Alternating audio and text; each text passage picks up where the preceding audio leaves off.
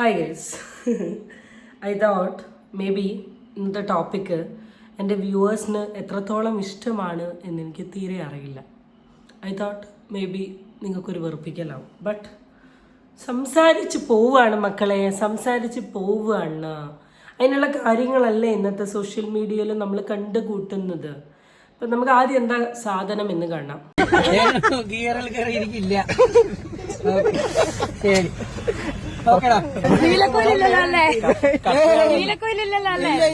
അവൻ അറിഞ്ഞില്ലല്ലോ. സാർ ഇതിനു വേണ്ടിയാണോ കഷ്ടപ്പെട്ടെ?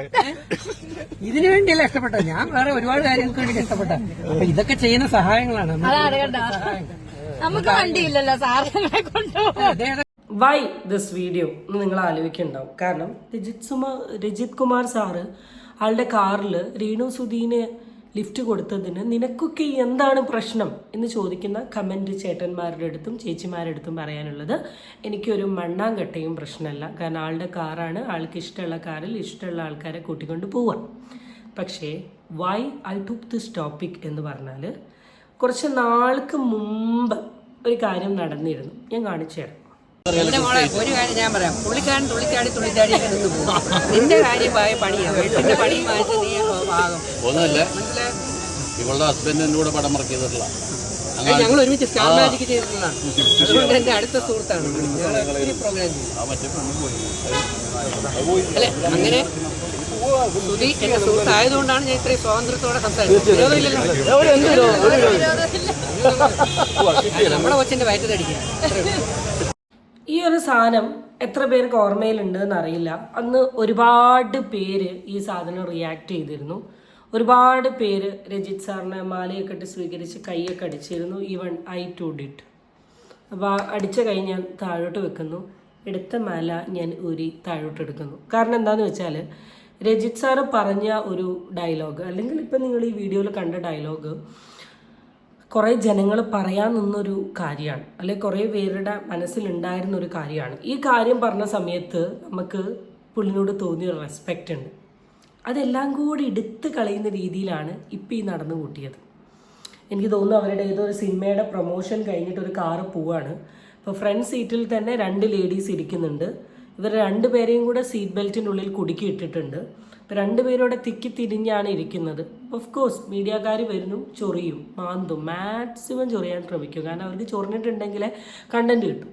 അപ്പോൾ ആ ചൊറിയുന്നതിന് ഭാഗമായിട്ട് ചോദിക്കുന്ന പല കാര്യങ്ങൾക്കും സാറ് കൊടുക്കുന്ന way of reply seems too bad, too vulgar.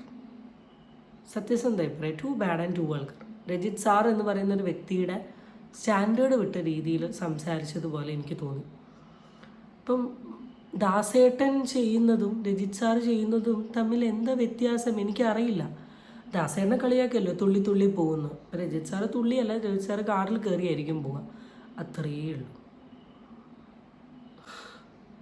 ഇതിനു വേണ്ടിയല്ല ഇഷ്ടപ്പെട്ടത്, ഞാൻ വേറെ ഒരുപാട് കാര്യങ്ങൾക്ക് വേണ്ടി ഇഷ്ടപ്പെട്ട. അപ്പൊ ഇതൊക്കെ ചെയ്യുന്ന സഹായങ്ങളാണ്. നമുക്ക് വണ്ടിയില്ലല്ലോ സാറിനെ കൊണ്ടുപോകും. ഇതൊക്കെ ഉണ്ടല്ലോ, ഇതൊക്കെ ദൈവികമായ ഒരു പ്രത്യേക സന്തോഷങ്ങളാണ്. അതാണ് ഒരാളെ വണ്ടി കയറ്റി കൊണ്ടുപോകുന്നത് ദൈവികമായ പ്രത്യേക സന്തോഷം. എന്തെന്ന് എന്താ പറയാൻ ഉദ്ദേശിച്ചത്? എനിക്ക് സത്യസന്ധ ദൈവികമായ പ്രത്യേക സന്തോഷം.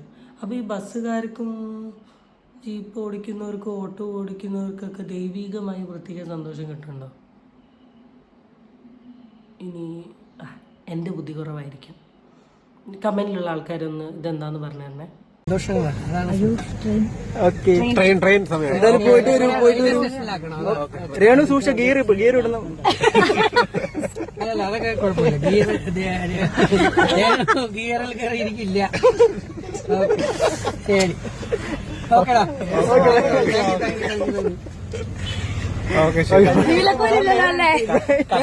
എനിക്ക് വീഡിയോയിൽ എന്താ നടന്നതെന്ന് കാര്യമായിട്ട് മനസ്സിലായില്ല. കാരണം ചിരി മാത്രമാണുള്ളത്. അവർ വളരെയധികം ചിരിച്ച് എൻജോയ് ചെയ്യുന്ന ഒരു കാര്യമാണ് കാണുന്നത്. ചിരിക്കട്ടെ, അല്ലാണ്ട് ഇതിനിപ്പോൾ പ്രത്യേകിച്ചൊന്നും പറയാനില്ലല്ലോ, എല്ലാവരും ചിരിക്കട്ടെ.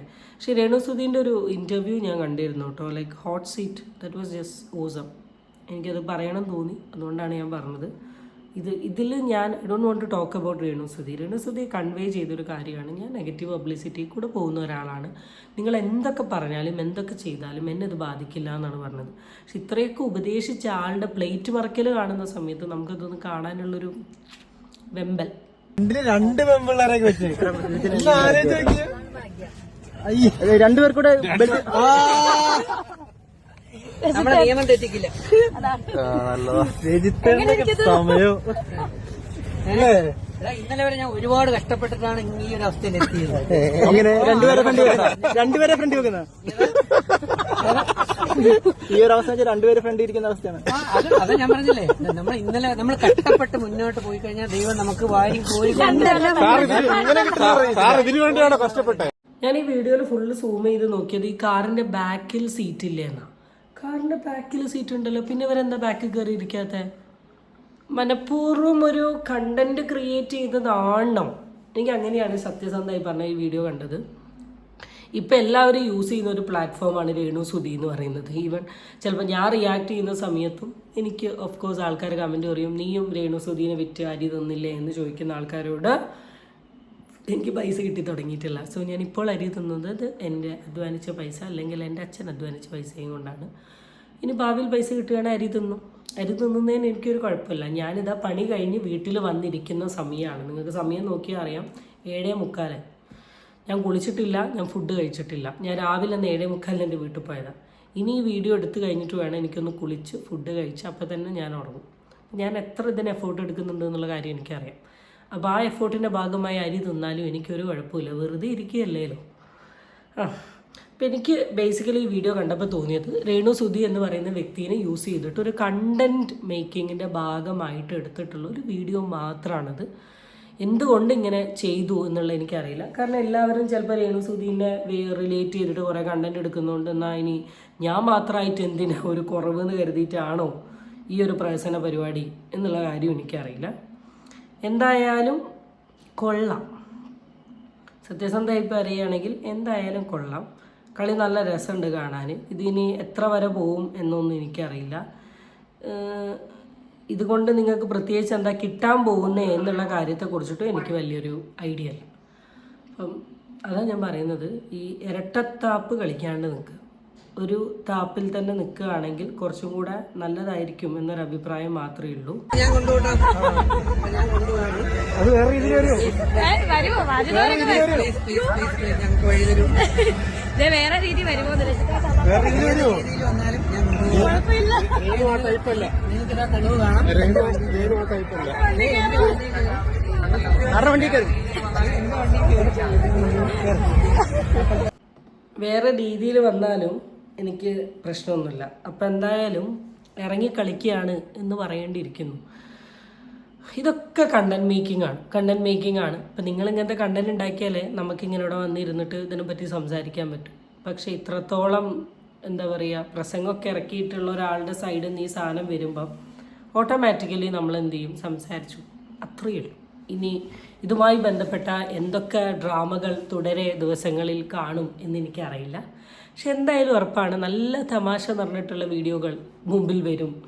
രസകരമായ വീഡിയോ ആയിട്ടൊരു ഫണ്ണി എപ്പിസോഡുമായിട്ട് ഞാൻ വരുമെന്ന് പറഞ്ഞുകൊണ്ട് ഇന്നത്തെ വീഡിയോ അവസാനിപ്പിക്കുകയാണ്. ചാനൽ ഇഷ്ടപ്പെട്ടിട്ടുണ്ടെങ്കിൽ സബ്സ്ക്രൈബ് ചെയ്യാൻ മറക്കരുത്. And stay tune for the next video.